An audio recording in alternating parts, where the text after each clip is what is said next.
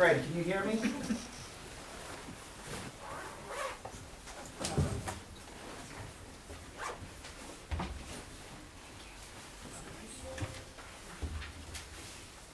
He's muted, Kevin.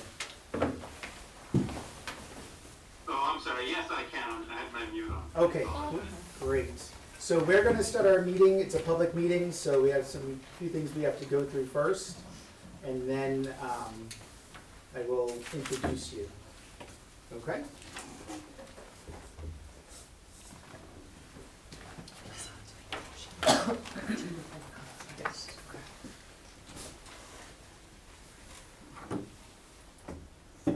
Okay, it's 5:04. We will start the meeting of the School Redistricting Start Times and Transportation Advisory Committee.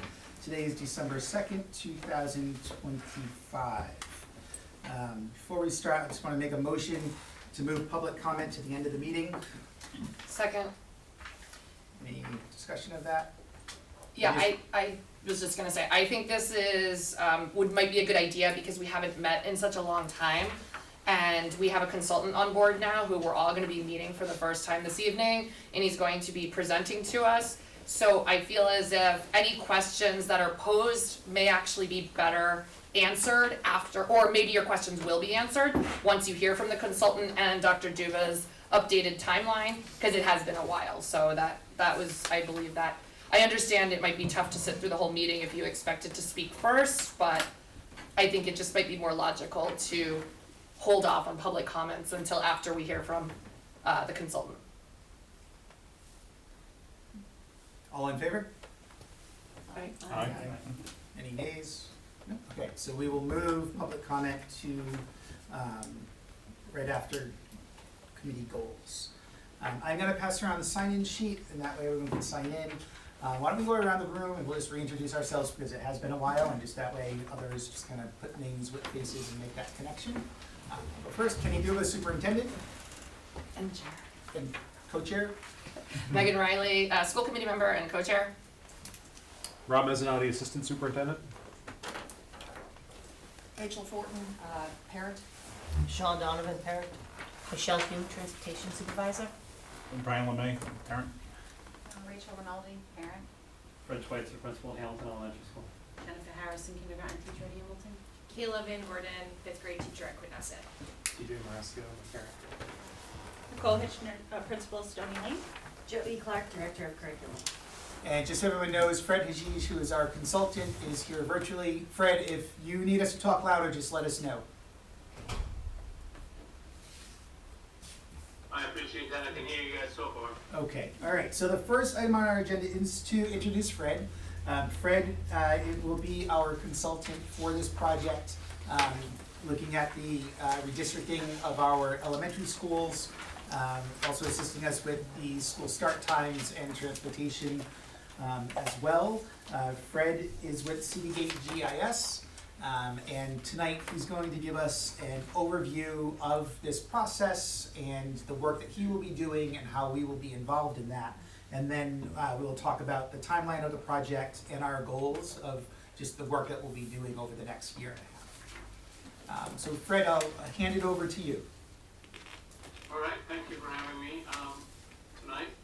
I was going to do a sort of a very brief explanation about or introduction of myself and the company, and then maybe just quickly go through how we're going to go about helping you guys to get to where you want to go on this redistricting project.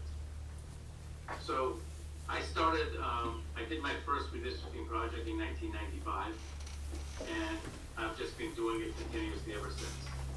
So we do a couple of things. We do consulting like we're doing here, and we also write software that gets used in doing all manners of redistricting.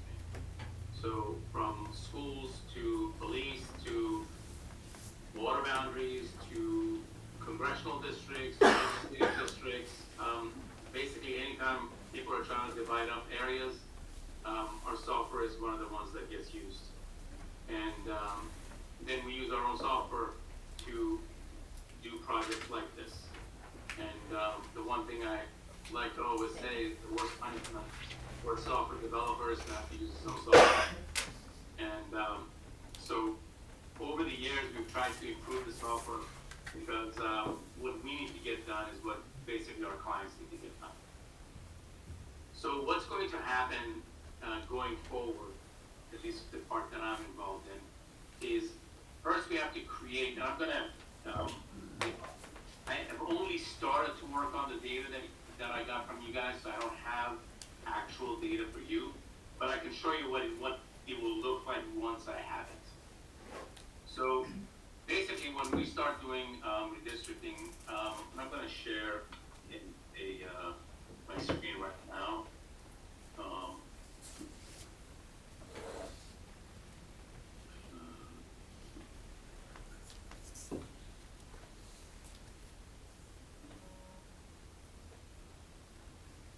You able to share, or do I need to give you access?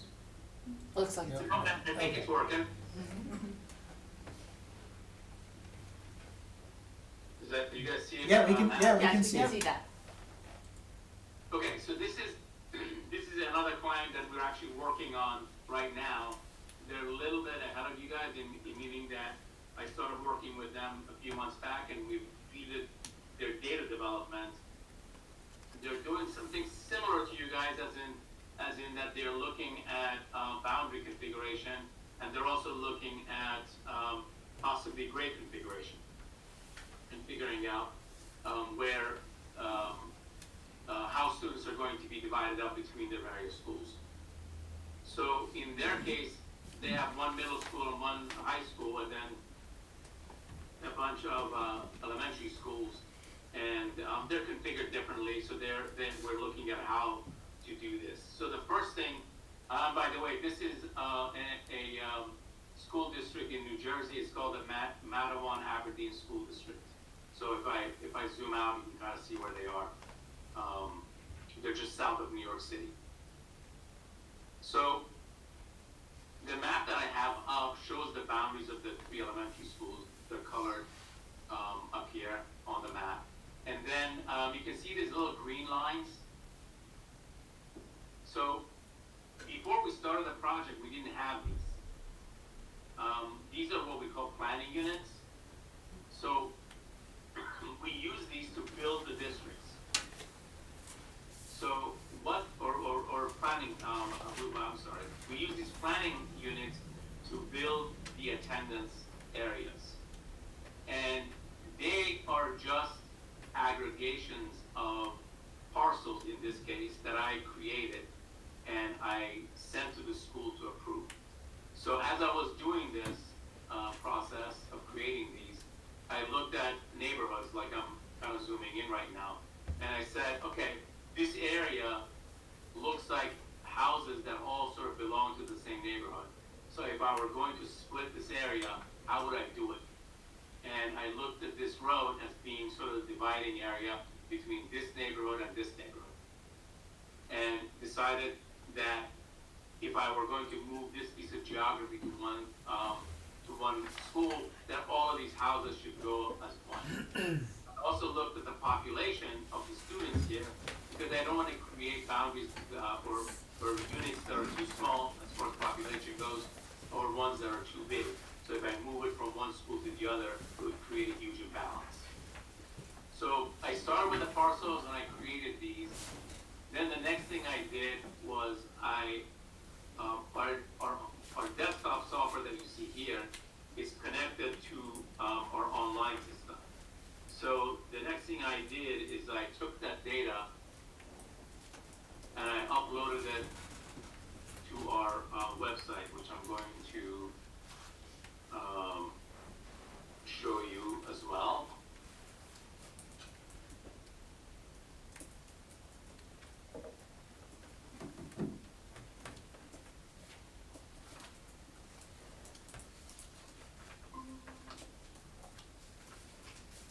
So this is the same map with those planning units that I've created, and I sent them to the school in this the school district to review. And they went through all of these because I'm not as familiar with this area as the school is going to be, and took their input. So the way that is done is you can see these dots, and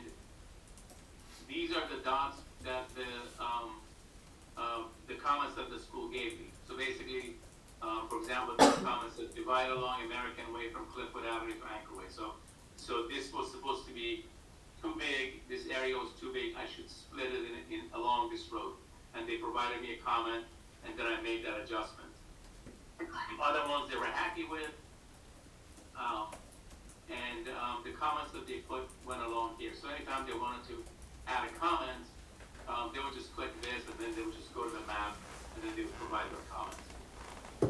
And then I would see that on my map and be able to figure out how to draw these boundaries. So that was the first step in the process. I'm going to go back to the other map.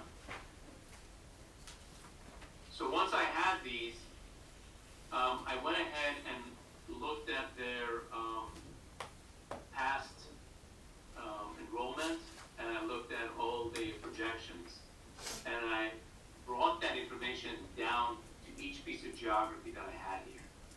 So essentially, for each of these pieces of geography, I know the student population. I'm going to show that down here. And by the way this software is organized, you have a map up here, we have a spreadsheet down here. And right now, it shows the student population for year 2025. And those are the numbers over here. Target is the capacity of the schools. And then deviation shows whether by how far I'm over or under. This the actual number goes over here. Then I have the same information for 2026, 2030, and 2034. As I make adjustments to the map, the numbers change here, and I can see how making edits to the boundaries shows across the entire period of time that I'm looking at, which in this case is 10 years. And down here is basically an Excel spreadsheet. I have a bunch of different tabs. Right now, I'm just looking at a summary table. That's what this is. But if I go back and look at the elementary table, then I can see the details. So I can see, for example, 2025, 26, 31, 29. So basically all the years all the way to 2034. And I can look at the same thing for the middle, which I'm not looking for middle school here right now. But then I can look at all the fields. And if I look at all the fields, then I can see for every grade for these three schools, from pre-K, 3, 4, kindergarten, grade 1, all the way to 12, what the population looks like according to these boundaries. And this is for 25, and it goes on to 26, 27, 28, all the way to the end of the period that I'm interested in, which is 2034. The goal being, go ahead. Oh no, that was just someone coughing. You're all set. Sorry. The goal being that I know as I'm doing this, what is the outcome, not just now, also in the future. So that's one part of it, which is the boundary editing. The second part of this is we have the ability to model feeder systems. So I can go in here and see my elementary. In this case, of course, I have one middle school, so everybody's going to the same middle school. But whenever you have multiple middle schools, I can say what happens if these two schools go to this middle school versus two other schools, and look at the numbers that way. The other thing I can do is look at grade configurations. So I can pick, let's say in this case Cambridge Park, and look and see what would happen if I had kindergarten 3, 4, all the way to 3 going to this school. What would my numbers look like that way? And then I can also select the district, so I can say that this school is going to serve these two districts, or just one district, depending on the boundaries. So I have a lot of flexibility as to how I model all of this stuff, and be able to tell what the results are going to be across this year and all the way into the decade.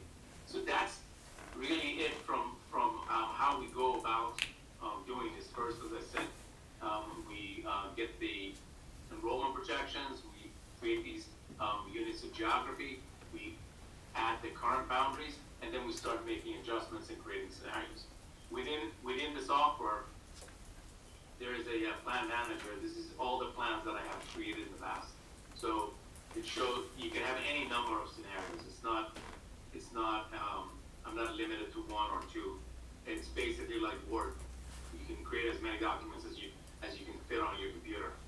And each one of these, when we're done with them, we can rule them out for commenting online or internally. So I'm going to show you what an example of one looks like.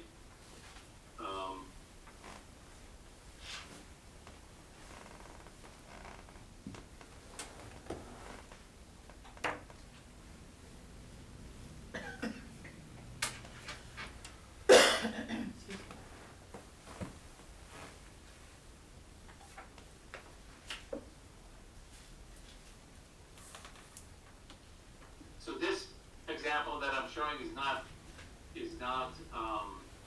for schools, because we don't handle schools the same way.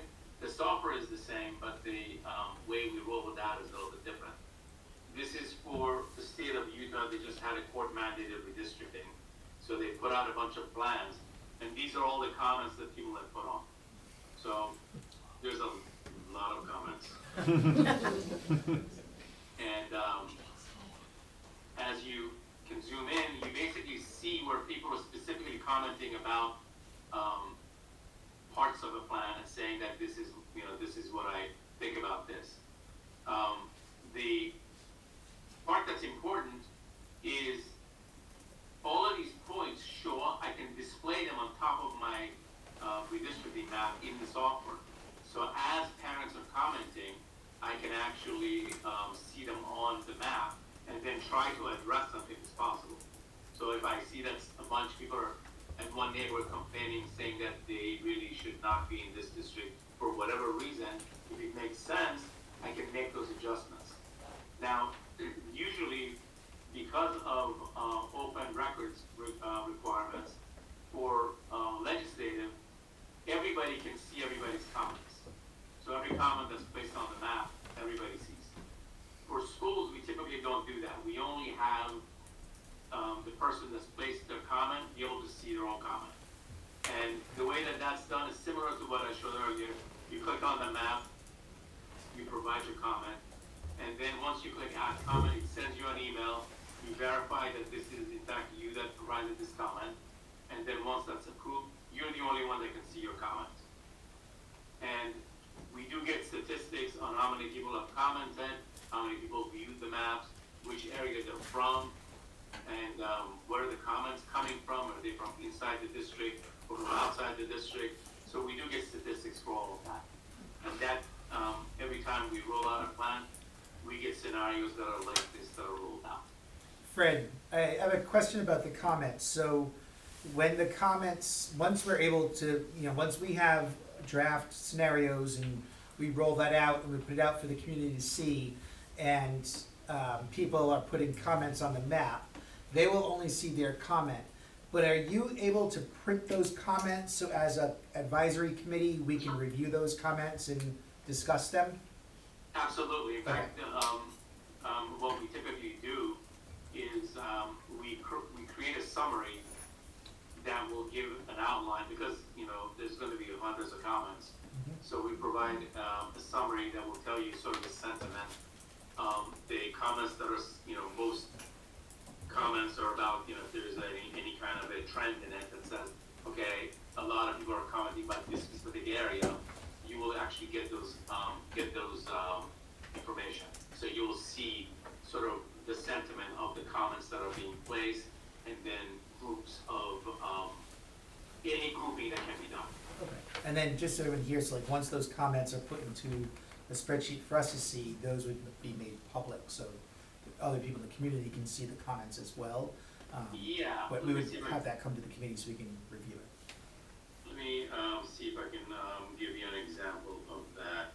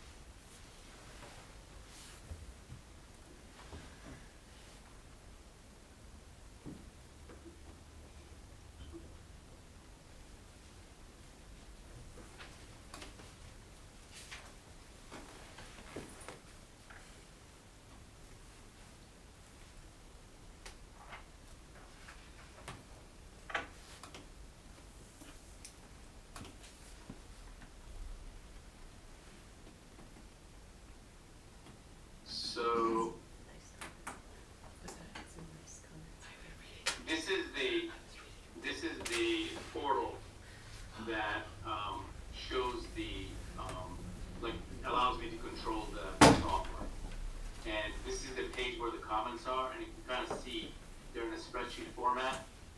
And you can actually download that. You can download the comments in an Excel spreadsheet, and you can also look at a map that shows where the comments are coming from. So for example, I can see, okay, these are the number of page visits, how many people submitted comments, and where they're coming from. And so we can see like what neighborhoods in town we're getting most of the comments from as well. Right, I mean, figuring out the locations of people from their IP address is not an exact science. So they're somewhat generalized, but at least I can see, in this case, this area is near DC, so we have people that are in the military, and so they're stationed all over the world. Okay. So we can see for this school district that's in Maryland, we're getting comments all over the place. So so the comments that show up on the map aren't specific, like people are looking at a map and then pinning their comment to a specific section. The comments show up on the map based on their IP address when they complete the form. So this is an aggregation of the IP addresses. The comments themselves show up like this. So basically, what is their opinion, the contact email, phone number, was it verified or not verified, if they got the email verified, and then the comments themselves, what did they say? Okay. When you were saying how the comments show, I thought maybe it was something where it's interactive, where if I wanted to make a comment about where I am in North Kingstown with the neighborhood moving, I pin my comment to my neighborhood to say, make a comment regarding that location. Yes, so basically, when I download this,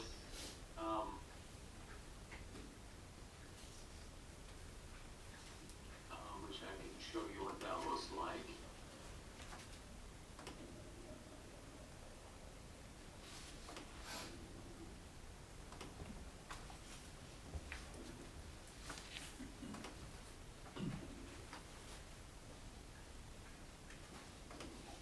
So this is what it looks like in a spreadsheet when it's downloaded. And in here, I have all of their their information along with a latitude and longitude of where the comments are coming from, where they put it. And I can decide to display this myself, or I can put it on top of our map as we're working.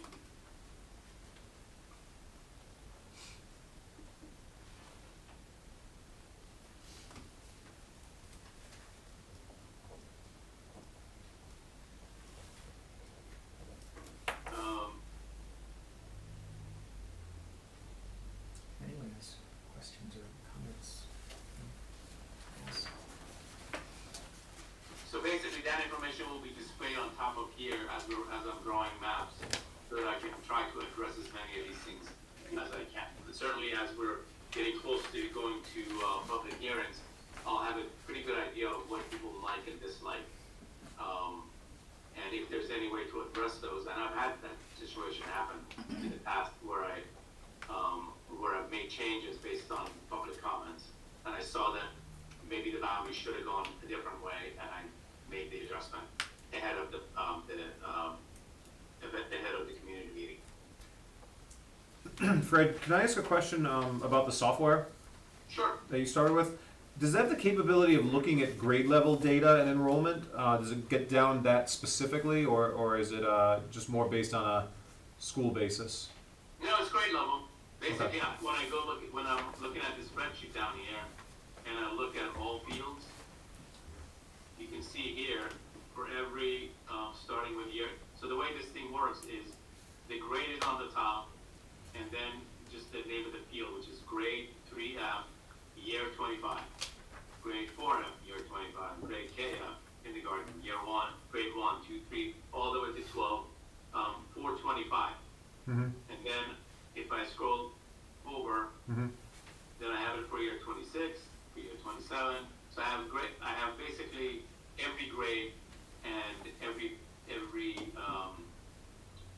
year that is in the scope of my analysis here available to me. And that would be based on, the future years would be based on the demographic data that would be fed into the system, the Correct. demographic So, projections. without getting too much in the weeds, what's gonna happen is, we have other software that we look at the location of the existing students. We look at your cohort survival over the past years, and then we project those forward. So if you're, let's say there's 5 kindergartners in this little piece of geography, I'm assuming that next year there's going to be 5 first graders, and then the next year 5 second graders, and then there's a percentage that gets added or removed every year based on historical data. Okay. I just have one more question, if that's all right. Is this software capable of incorporating like potential like bus routes or travel times or things like that, or would that be a separate function? Right. So I actually was thinking I was going to show that, and I forgot all about it. So I'm going to log into. So we have an application that we use for bus routing, and I'm going to share that screen right now.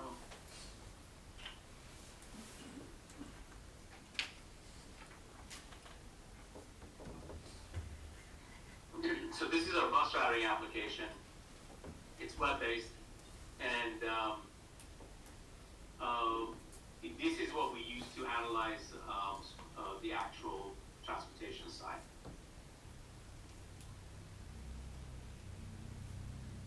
So in this case, this is just my test sample. So we have our 2 schools, and then we have all of our bus stops.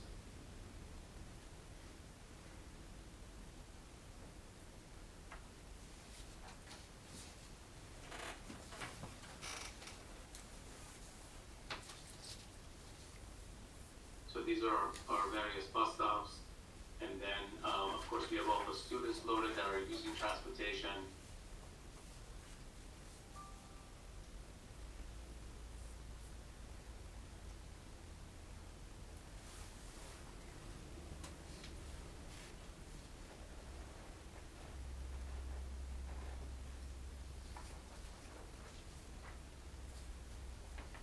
And ultimately, we generate the routes, and we go to our routes, and we look at our various configurations of the routes.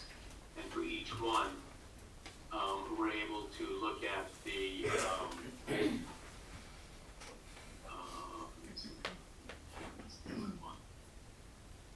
so we can see the timelines based on school start times and capacities of the buses, and where they're going to start from and where they're going to end from. So we do all that analysis here.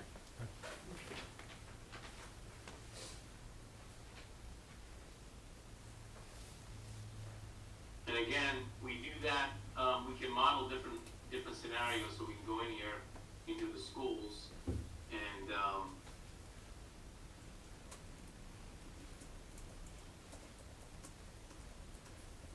look at the start times, pickup start times, the earliest that we're willing to go with the pickups, and school start and school end time, and change those and model different configurations and see how it all sort of pans out.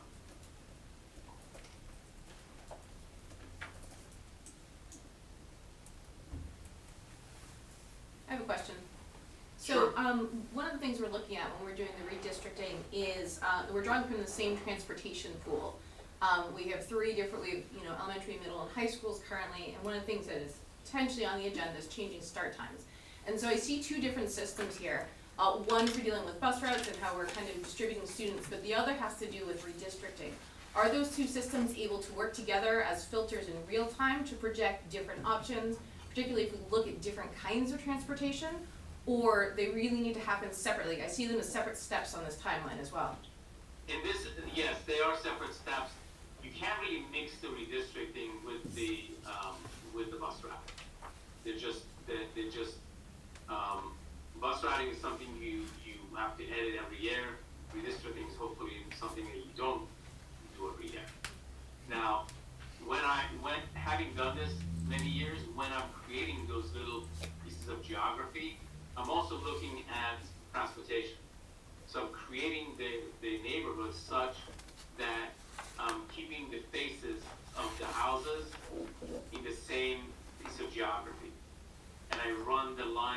find the houses, so that whatever transportation that I do eventually end up having to create, I'm not gonna have two different buses coming down the same road because they are going to two different schools. The same neighborhood is not going to two different schools. So I try to build as much efficiency into the process in the front end. Now, all I can do sort of as far as modeling these things is create what works as boundaries and population, and then once that's done, bring it over to the bus driving side and model timing and routes to see if that works. Alright, so there's no way to integrate the transportation as its own kind of data filter set into the redistricting software at this point? Well, I can bring it in as an overlay, but I can't use it on anything other than my use of it. So I can see the routes, I can see the stops in the software. So that I can do. I can see where the existing bus stops are, I can see which schools they serve, I can see all of that inside the redistricting software. But what I can't do is create new routes. I gotta come out of there, go in here to create new routes. Right, right. Was there something specific you were trying to look at to be able to analyze, or? Well, I mean, it's a larger question, and it's one that I think the committee has kind of touched up against and hasn't decided on. But if we're looking at redistricting as well as start times, as well as transportation plans, then those things are all kind of interconnected to one another. And so deciding on kind of what, it's not necessarily transportation routes themselves, it's how do we get the bodies to the different places. And so if we're able to use an application like this to kind of forecast that forward for us and say, you know, if we use vans for the elementary school, we can, you know, take care of this and we can use larger buses for something else. I'm just wondering kind of what the larger capacity of the software is and how far we can push it towards doing kind of several things at once, rather than having to work through the existing boundaries first, and then coming to the start times potentially, and what else was on there? Bus times and cost models separately. If we're able to manipulate those data sets together, so that then we're kind of able to lean, even what are our priorities as we move forward? I think the start times and transportation will go together, right? Because really the start times is gonna be based on, we're gonna look at some research, what are some best practices, right? And if the committee decides that, I was gonna say, you know, the high school time's gonna move up, we're gonna move the high school to be an hour later, right? Yeah. And all elementary schools are gonna be at the same time. And the two middle schools will start at the same time, but we're not gonna change them, they're gonna stay currently starting at 8, right? Right. Say we do something like that. That's a decision we just kinda need to make independently of everything else. Because then what we need to figure out, if we want all of the elementary schools to start at the same time, do we have enough buses in order to do that? And so, a lot of times, transportation and the amount of vehicles you have in your fleet drive your school start times. Right, so I'm And- wondering if we can flip those, actually. We can be proactive in terms of what we have and what we acquire moving forward, so that we're moving to an efficient model that meets our student and community needs, rather than this is what we have inherited, how do we make that work? I think one thing, sorry, I think one place where I struggle when it comes to transportation, and Michelle, you could probably help me here, is from year to year, especially the trend, the way that things have been going nationally and within our state and within our own district, it's unfortunately getting more difficult to find not only drivers, monitors, buses, to have buses. I mean, we might have the buses, but if we don't have the drivers, then obviously we can't run all the buses. So I think one place I struggle is you could redistrict, right? And that could last for 5 years, 10 years, long term. But busing seems to me, transportation seems to me like a year to year. Because even from last year to this year, the difference in bus drivers and the issues that we've faced with monitors and staff members, staffing, the actual buses themselves, that's so fluid. And I do worry about the long-term projections, like what is it, I think like if you look back 3 years ago, it was probably a lot easier to staff the buses than it is now. So I almost feel as if that might be another whole issue we have to look at. What does our transportation department look like? What is the future of our transportation department looking like? You know, could we look into projections? Because if we do have to move to minivans, or, I mean, yeah, I know sitting on the school committee, all the different things we talk about in these meetings, a lot of it is, well, we just don't have the people to fill the positions, so what do you do? And that's not just North Kingstown, that's nationally, and I'm sure, he's well aware of it, Fred is. It's hard, right, because a lot of these bus drivers are retiring, and we don't have a lot of younger, people, so to speak, moving into those jobs. It's just not a desirable position. Bus drivers, we've watched a decline over the last 12 years, rapidly. At almost every national meeting that I go to, they say the trend, you know, we're starting to watch, sadly, like the beginning of the end. Not that it's gonna happen anytime soon, maybe not even in our time, but at some point, it's just gonna be more and more difficult to get bus drivers. And a lot of things filter in that, right? Getting the buses, the expense of the buses, the bus drivers, the amount of hours they work, the pay that they're receiving, it's not desirable. Monitors, aides, it's the same thing. So it's very difficult. Over the last 2.5 years, we've watched bus drivers, we've watched the decline of it. Whether they've retired, moved on, a few have passed away, sadly. And we're not filling those positions. I mean, right now we're training somebody, but that takes a few months to do, and it just doesn't happen overnight, and we're not getting the people to funnel in to train. So, and that's everywhere though. That's not just, like I said, that's not just North Kingstown. Anybody that you talk to in, you know, any of the big companies, other school districts, we all face the same thing when it comes to transportation. So I think my point is, it's not as easy to do like a long-term transportation plan, because you can make the plan, but if you don't have the staff to fill the buses, to drive the buses, you know, this might be something where we have to start to become really creative.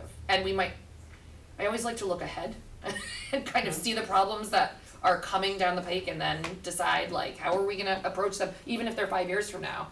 You don't start planning in 5 years. So I am a little nervous about the transportation piece of this whole puzzle that we're trying to fill. Well, I think moving forward, probably, depending on like how, you know, the flow, the increase, the decrease, we're gonna have to really start utilizing our lines, right? When we say we have a mile for the high school, a mile for the middle school, and 5/8 for elementary, it just may be that, you know, we have larger bus stops, and parents will really have to transport their children to the bus stop if it's a mile away, for the high school and the middle school. And I think that information, I think we just have to be very realistic about it. And I think it needs to be out there, and we always talk about transparency. I just, you know, these are things that are painful to hear, but it's just the reality. I mean, depots, and, you know, your kid may not be able to be picked up right door to door. You know, we all have to go through it, and we all have to kind of band together to make it work. And the other part is like, you can live, so the walking distance is 5/8 of a mile for elementary.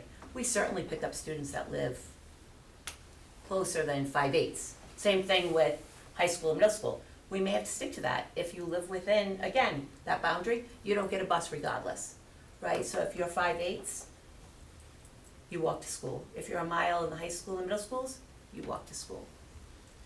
Or a parent drives you.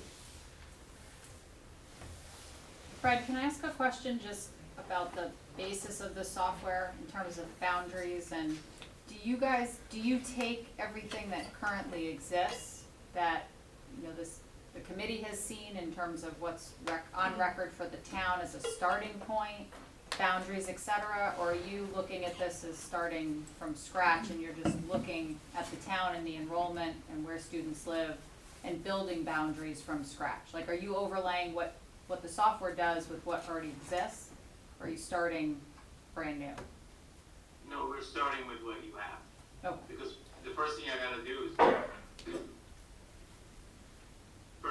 make sure that there's actually a problem that needs to be solved. Sure. I That makes believe sense. you guys. That makes sense. Fred, is there a way in this software to include demographic data? like large pockets of low income housing to try to create a more equitable solution for some of the elementary schools, or would that be information that we would be providing kind of after the lines are drawn? So I don't wanna get super specific about this in a meeting necessarily that is also being recorded. You start to walk a little bit of a fine line where you decide which factors you wanna use for redistricting. But typically, free and reduced lunch is not, it's not unusual to use that as an indicator of low income. And that's something the software is able to take into account? Oh yeah, absolutely. Okay. In fact, we all almost always do. Okay. And so Fred, that is something that, you know, we will be looking at, and we have, one of our schools is a full Title I school and receives federal funding for that, and another elementary school is a targeted Title I school. So in, you know, this work that we're doing, we definitely want to balance out the equity throughout the schools, but we also want to be mindful of the funds that we receive through Title I too, not to lose that. And it may switch too, right? So as you move populations, that Title I funding may move from one school to another school. So to even give you a little bit more of a explanation of what you can and can't include, there's no limit to what data you can include in the software. So in the past, we've had, besides the counts, we've also had how many students are in English as second language, how many have passed certain math tests, what the average scores are at a particular school. We've looked at, as I said, their free and reduced meals. We've also looked at whatever ethnicity information has been captured, so that we can at least know that information. Now the trick is, you don't want to start creating boundaries that are very reflective of racial boundaries or income boundaries. So you don't want to basically have all the rich kids go to one school and all the poor kids go to another school, even if you didn't mean it. Even if you didn't mean to do that, and you just drew boundaries that naturally follow the contours of the neighborhoods, but that's how it ends up looking, you can end up in court. And schools have ended up in court that way. So we always try to get as much information as we can and try to make districts that really represent the demographics of the district as a whole.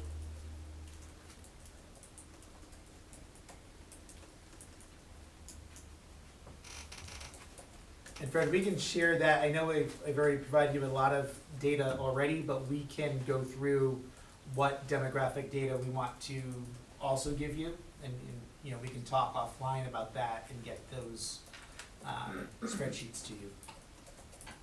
Yeah, as I said, this is stuff that whatever you guys have on hand, we would need to that you want to incorporate. We can incorporate into the process, and the spreadsheet that shows up at the bottom will just have all the information that you guys see useful during the process.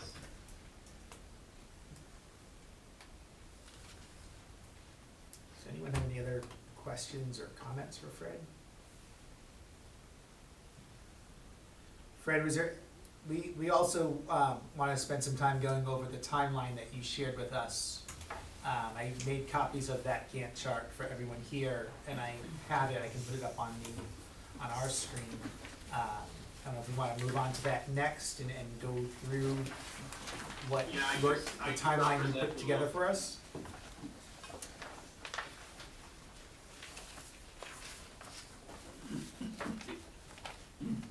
Did you want to present that so we can go over it? Yeah, do you need me to share my screen with you to see that, or do you have that on your end? I have what you sent me earlier.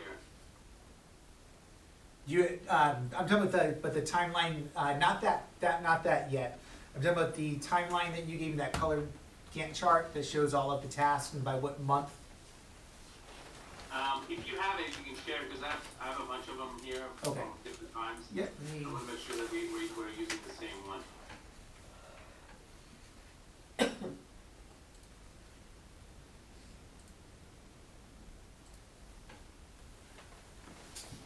Oh, okay, yeah. so that. So did not mean to write on there. So did you want me to speak to this as far as what these, various tasks are? Yes, if you don't mind, that would be great. Yeah, no problem. So, the process, really starts with looks like number 6, database development. That's where I am right now. So I'm gonna create those planning units and get you guys to look at it and be okay with it. And once, that process is done, we're gonna take the enrollment projection that you guys haven't applied to those units of geography. So that the same map that I showed you earlier, which showed the planning units and each of them had all the information in them, I'll have the same thing here. So once we have this, what I usually like to do is start engaging with the community regarding redistricting. So essentially have a community meeting that is open both to people attending as well as online, and go over essentially what redistricting is going to look like. The areas that are affected, the timeline, the steps, how they're going to be involved, what criteria, what caused this to be required, what criteria will be used to make decisions, the contact information, a website where they can get more information, and essentially let the community know that this is happening. That's basically the reason for it. And then after that, we start building scenarios. And once the scenarios are created, I would share that with your group, allow you guys to comment. We actually have a tool as well that allows you guys to draw plans online if that's what you want. And we're going to make that available if that's something that you guys want to see. We're going to have the workshop to explain how that works. And then ultimately, we put this out for our community to comment on, similar to the commenting for Utah that I showed you guys earlier. And ultimately, the goal is to narrow this down to a set of scenarios that everybody would like to move forward. And then from then on, it's just a process of narrowing it down to one scenario that's going to get implemented. So when you mentioned about sharing it with the community and putting it out there, where on this timeline? So we have a community engagement happening in February. There's another community engagement down here, but that's not until May, June. September of next school year. So over the next few months, like what can we expect, like from now until March? Really, between now and then, we're just going to create different scenarios that show how we can address capacity issues and address grade configuration to optimize the schools for what configuration they have. Okay. So on the chart here, it says redistricting scenarios. So would a February kind of be the timeline of when you would have those available for us to start looking at? Correct. And basically, the way it works is I bring up the software and we start modeling scenarios. We're going to say, okay, let's move this over here, see what happens. Let's change the school to be these particular grades and see what happens. And we start just trying different things. So we would meet around, between February and March, looking at these scenarios, giving you some feedback. At that point, they would also be shared with the community. And is that No, I'm what? not gonna share, no, I'm sorry, no, we're not gonna do that until much later. Okay, that's, I was just trying to think, when does it get, when would you have those computer models available and it goes out to the community to get comment? When does that happen? That really starts, so the issue that we had here was that most of the plans were going to be essentially narrowed down over the summer. And it's very difficult to engage the community over summertime. People are just not there, they have like they're on vacation, they're just not really engaging with the school. So that's why we pushed this back, the start of really community engagement till the beginning of the school year, which is September. Okay.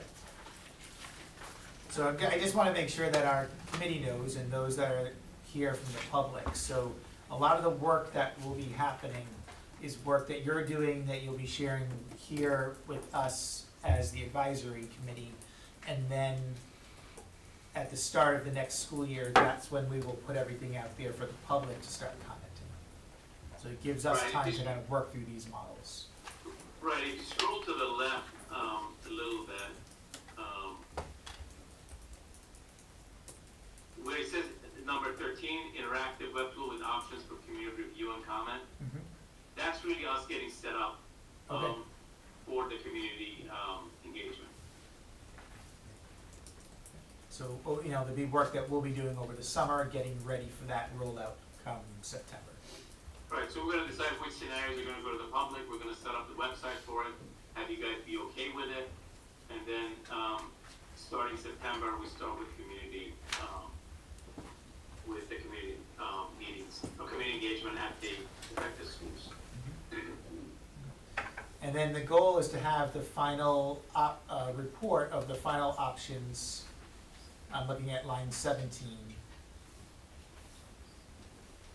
Recommendations submitted to the school department. That would be in December of '26. Correct. Really, the timeline is built so that by the time, these plans are approved, it will be, a few months before the closing of schools. If you scroll down, you can kind of see where that is. Right, so kind of looking at 19, where school committee is going to adopt a proposal that'll go out for the community to review, and we can have some meetings on that and hear from the public. And then the school committee will adopt the redistricting plan. That should bring us to March, right? Yep, so March of '27. So we, Really, the goal is to start at that point, to implement. And the implementation is gonna take there's two parts to the implementation. One is the, whatever changes need to happen at the school level, so whatever class changes need to be done, whatever sort of, staffing changes need to be made to implement the plan, and then the transportation changes. so this plan is really giving a lot of time for the advisory committee to run through these scenarios, look at student populations, as we're saying, balancing out populations within our schools as well, looking at different neighborhoods. The committee also during that time will be doing some research and looking at best practices for school start times. We'll be reviewing transportation efficiencies all throughout that. Once we have a redistricting plan ready for adoption, those, March of the summer, we'll also be putting the transportation routes together to line up with that redistricting plan. And this gives also plenty of time for families to be able to receive this information, understand what's happening, and prepare for those changes, which would then take place for the start of the in September, for the start of the 27-28 school year. Correct, because the analysis that we're gonna do during the redistricting scenario building that involves the transportation piece is just seeing how it affects it. Once you're done with the configuration scenario, then you have to go through the process of actually setting up the gas station.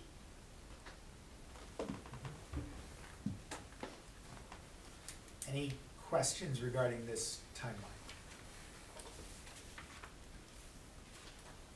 Comments about the timeline?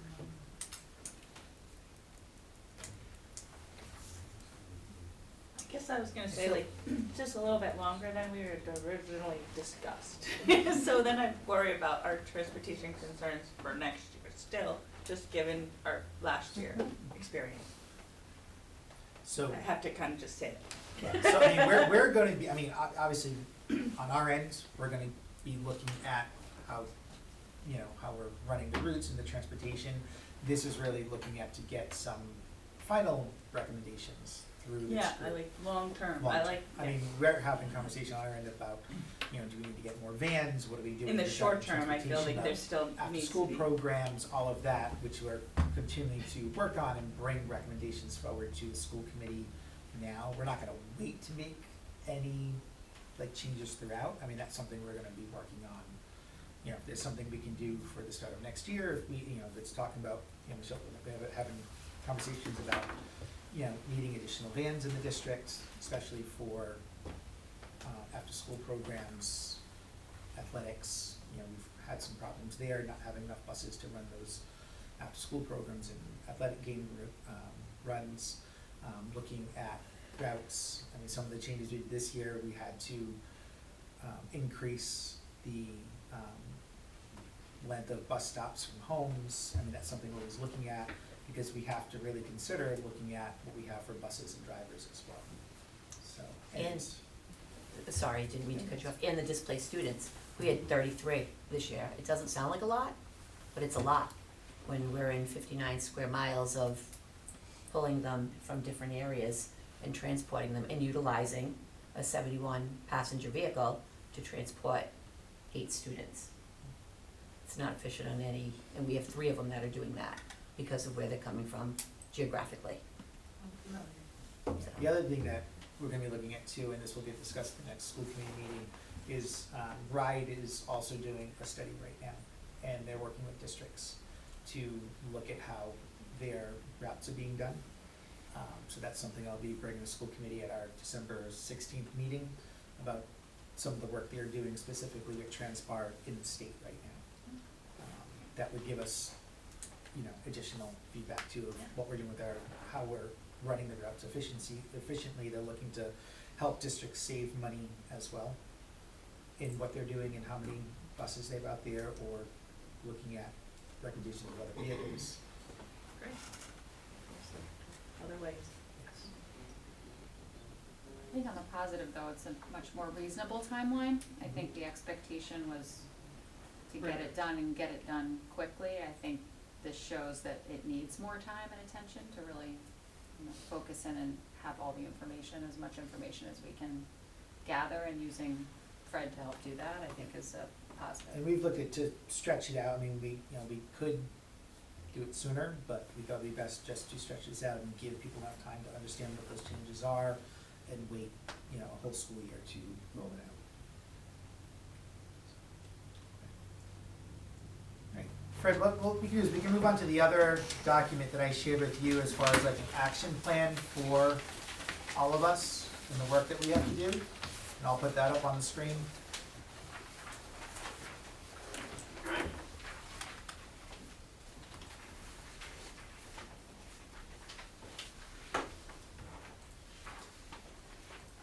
I'm sorry, it was, oh, okay, there it is, sorry, I thought I was doing it. Go ahead. Nothing. So this is an action plan that I put together based on, you know, a timeline, talking with Fred and, you know, the work that we need to be doing, and broke it down into 4 different phases. Basically, phase 1 is the preparation and planning. Phase 2 being the data collection and analysis. Phase 3 is stakeholder engagement, and then phase 4, recommendations and approval. And just broke down what work has to get done with a timeline. You know, I'm gonna say draft, right, because things may change, but you know, what our goal is, of completing this work and having it done. So a lot of phase one was collecting the data, which we have done and provided that to Fred, and there may be additional data that we want to provide to him as well. But that, you know, that was shared with him to have that, so he can start doing the work. What he's going to be doing, if you look at page 2, I'll just scroll this down so you can see it. We are pretty much right here in this, under the phase 2 phase, right here, I'll just highlight that box. And Fred, correct me if I'm misspeaking, but this is the work that that you're working on right now? Correct. And will be doing. Do you wanna just maybe talk about that briefly? Yeah, so this is what I was talking about earlier, about creating the geographies, the planning units that are going to be used for creating the boundaries, and then aggregating the population, the student population, and the projected enrollment for that. So that's really the starting point for us. In order to be able to do any kind of scenario creation, that's what we have to do. And that, you know, creating those existing boundaries. And then as far as analyzing transportation routes, bus times, cost models, you know, I have that here, that's work that we would start and be working on spring and fall, obviously kind of planning purposes. I know, you know, Fred was talking about doing it a little bit later once the redistricting, but I think on our end, we need to start looking at too, and planning of changes in vehicles and work that we'll be doing. And I, you know, that some of that might be changes that we know we need for next year with additional vans, or it might be that we bring the school committee in our next budget session, which is in the beginning phases. And, you know, the budget would be presented in January to the school committee, and that may involve some additional changes in our fleet or vans. Then the next phase is the stakeholder engagement, and we have that in spring, fall of '26, happening with the public forums, sharing of the redistricting data in fall of '26, and then revisions of models going through winter of '26. And then phase 4, recommendations and approval, having a final recommendation made by the school committee in March of '27, developing the implementation roadmap, which is just, you know, kind of our plan of how we're rolling that out, would also be in the spring of '27, and then communicating everything to, you know, within our school community. That would be the spring and summer of '27. Obviously, well before summer of '27, everyone's gonna have an idea of what's happening because we're gonna be presenting in March. So, and I just, you know, I have in this document just, you know, our evidence sources, as well as up at the beginning, is our indicators of success, that we have a comprehensive data-driven analysis of enrollment and capacity. Will be completed by spring of '26. Stakeholder engagement sessions will be conducted with staff, families, and community members, with feedback integrated into the final recommendations. And equitable redistricting scenarios will be developed that balance enrollment, maintain neighborhood integrity, and optimize resources. Start times and transportation recommendations presented to the school committee that's aligned with research, student wellness, and logistical feasibility. And then the final recommendation to school committee in March of '27. Any questions or comments regarding this action?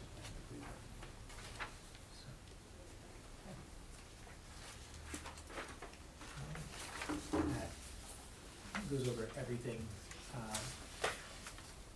So anything else, anyone else kind of along this, what we've been discussing for anyone? No?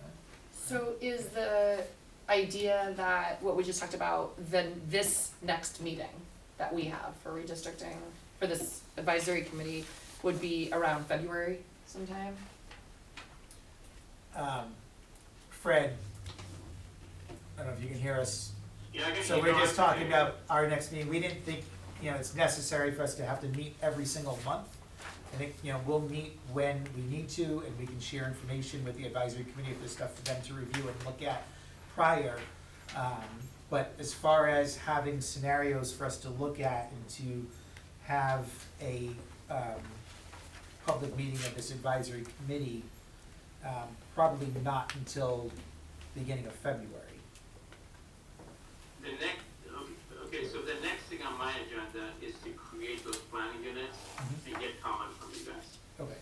So getting the comments can be done online. I don't know if there's a need for meeting about it. I'm happy to meet about it, but I would need for, it's kind of similar to what I showed you guys earlier, to be able to put up a map and for you guys to say, yeah, this makes sense. This makes sense as a planning units for building the districts. Essentially, you've not broken up any neighborhoods like you weren't supposed to. Okay, all right. That may be something that we as a committee want to get together to be able to discuss face-to-face, once we have those scenarios to look at. I mean, we could definitely comment offline, but there might be some face-to-face conversations we wanna have as an advisory committee. I think, other work that we're gonna need to do is looking at some research on school start times and having those conversations. I don't wanna wait too long to be starting that process either, so that is another, I think, time that we'd wanna come together face-to-face.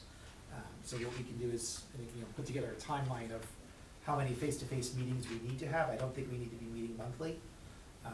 But I think the next face-to-face meeting we have, I think it would be good to be discussing school start times, like what do we wanna see out of that? What are the wishes of this, this advisory committee to kind of bring forward regarding that? And to be looking at those scenarios and having a face-to-face conversation about it. Would that, need Fred there? We could probably. No, I don't set think that so. with It Fred, doesn't sound like Fred, we would need Fred to be there, because, Fred, you'll be sharing those scenarios with us, and you're really just looking for us to get feedback to you. I don't think you need to be at that meeting when we're discussing the scenarios and gathering feedback to bring to you, or to give back to you. Yeah, I mean, I'm happy to sit in just for my own informational. So if there's any discussion that you guys have, and then I need to know that information, I'm Okay. there to sit in on it. I don't mind. But at some point, I also do need to get an idea of grade configurations that are possible. Well, I think we're looking to stay K to 5. We're not looking to change our grade configurations. That's not a goal of this committee. So, Okay. our hope is to keep the schools the way they are, K to 5, have the 5 elementary schools K to 5, and our preschool is now over at Davisville as an early learning center. Okay. Because that's something that does require a little bit of work as far as architectural issues for pre-K and sort of what's necessary. So if there are schools that are being considered for that, we need to start on that earlier rather than later. But if that's not on the table, then that makes it easier. Yeah, Yep. no. Nope. Yeah. All right, any other comments or questions for Fred? No? Okay. All right, Fred, I'm gonna open up to public comment to see if anyone in the public has any comments to share with us, and then we will adjourn our meeting. You're welcome to stay on to listen to public comment if you want to. Okay. Unless any of the comments are directed to me. Yeah. All right. So, if anyone wants to speak, there is a sign-up sheet. We just ask that you put your name down so you have it as a record. And if anyone wants to say anything, public comment is now open for the floor. No. Okay, it doesn't look like there's any public comment tonight. Right? I don't wanna.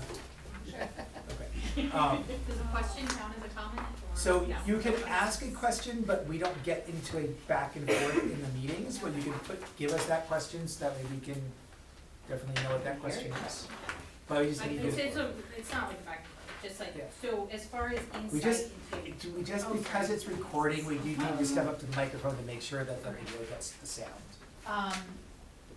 Just as far as like insight into what's coming, right? So March of, first of all, I very much appreciate the timeline being pushed out a little bit to give families an opportunity, so thank you.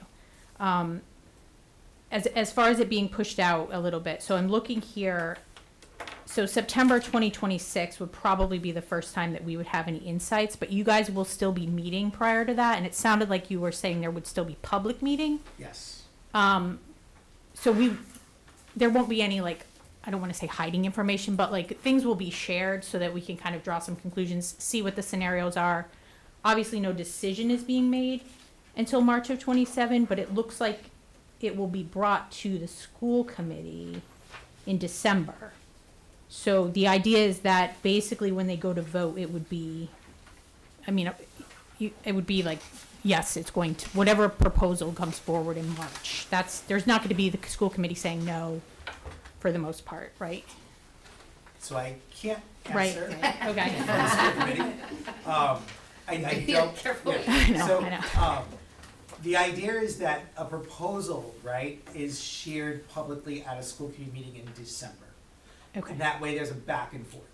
and that gives I- time, okay. Right, and then between, and Fred, if you're there, I don't know if you wanna comment on this, but from December, when that proposal is shared and a final recommendation is made in March, there may be some revisions that are made. Between, well, I think you might have left. Okay. Mhm. Oh, 1 second. No, you Nope, don't. he's there. The only thing I would add is sometimes, as you're working through different scenarios, you don't want to publish something that's half done and get the community all worked up We over do get something work that's done. not even a product yet. So at some point, this group is gonna have to decide, okay, this is the plan we want to share with the community. And that's the thing that gets shared. Otherwise, as I said, there's gonna be a lot of piecemeal work that's done until we get to the point where there's a plan. Fred, a lot of times on other committees, they have subcommittees, subcommittees. In your experience with other districts, do you have kind of like internal groups within the actual, so we have a committee of, I think it's approximately 23, 24 people, but whenever we meet, it's a public meeting. But sometimes you can branch off and have, you can take a vote and have a handful of people be a smaller internal group. So you could meet, those people could meet to just look at some of the scenarios and propose what they think is, best for the district. Is that something that you've seen with other districts?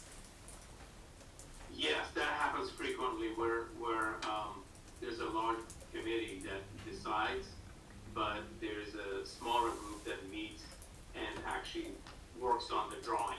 So you sit there and work on the drawing, 3-4 people, because taking input from 20-some people is not easy, especially in a public forum. So it's just, it drags this, it makes the process much slower. So I feel like that's something we're gonna have to do with this, because we do that with other committees. And I mean, that's just common, that's standard. I don't want the public to think that people hide things. This is literally how things operate. So I think with something like this, it's really important to have, I think in other committees, sometimes we have like weekly meetings, I mean, internal we meetings. do that with the building advisory Yeah. committee, we have a subcommittee, because we have to do interviews of vendors and whatnot, so the subcommittee does that work and then brings it to the entire committee for vote. Yeah, and the administration, the head administrators are there. They're the ones who are running the district anyway, so I think that that's a very practical thing that we should be doing with this. So when you say like, we're not gonna bring every single scenario to a public meeting, but it'll be vetted first by a smaller committee of trusted individuals and then put forward. So by September, really, like we could expect by September 26, we'll see the first draft of the scenarios where the community gets engaged, give our feedback, put our comments on our map, and then we'll go from there. That's true. Okay, Yes. but between then and now, we might not hear much as far as like boundary lines or anything like that. Right. Okay, all right, that's good to know. That's true. Thank you. You're welcome.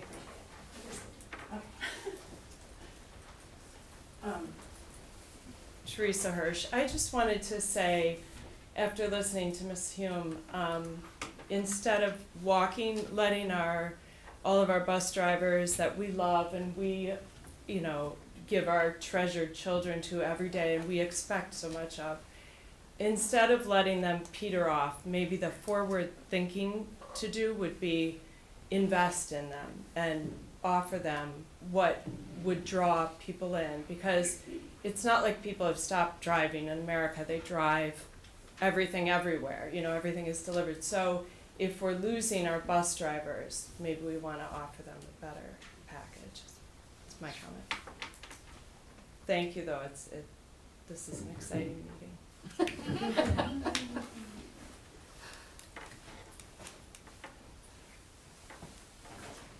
I have a question.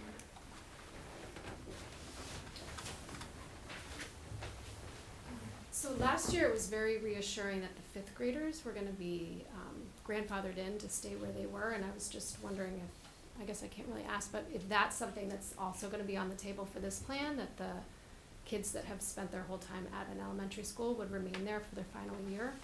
So my suggestion through this process is for us not to do away with the values and the important key factors that we came up with, Okay. right? So to make sure we stay invested and have those, still invest in what we said we want to do, Okay. and have that be part of the planning process. Cool. Okay.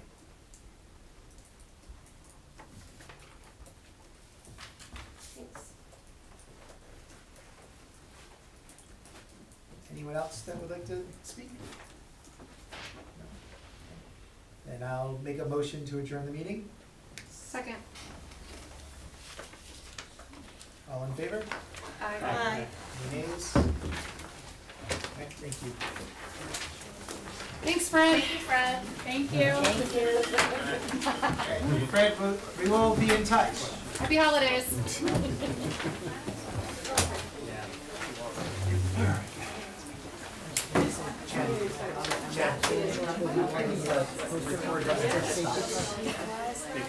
It's right on this side.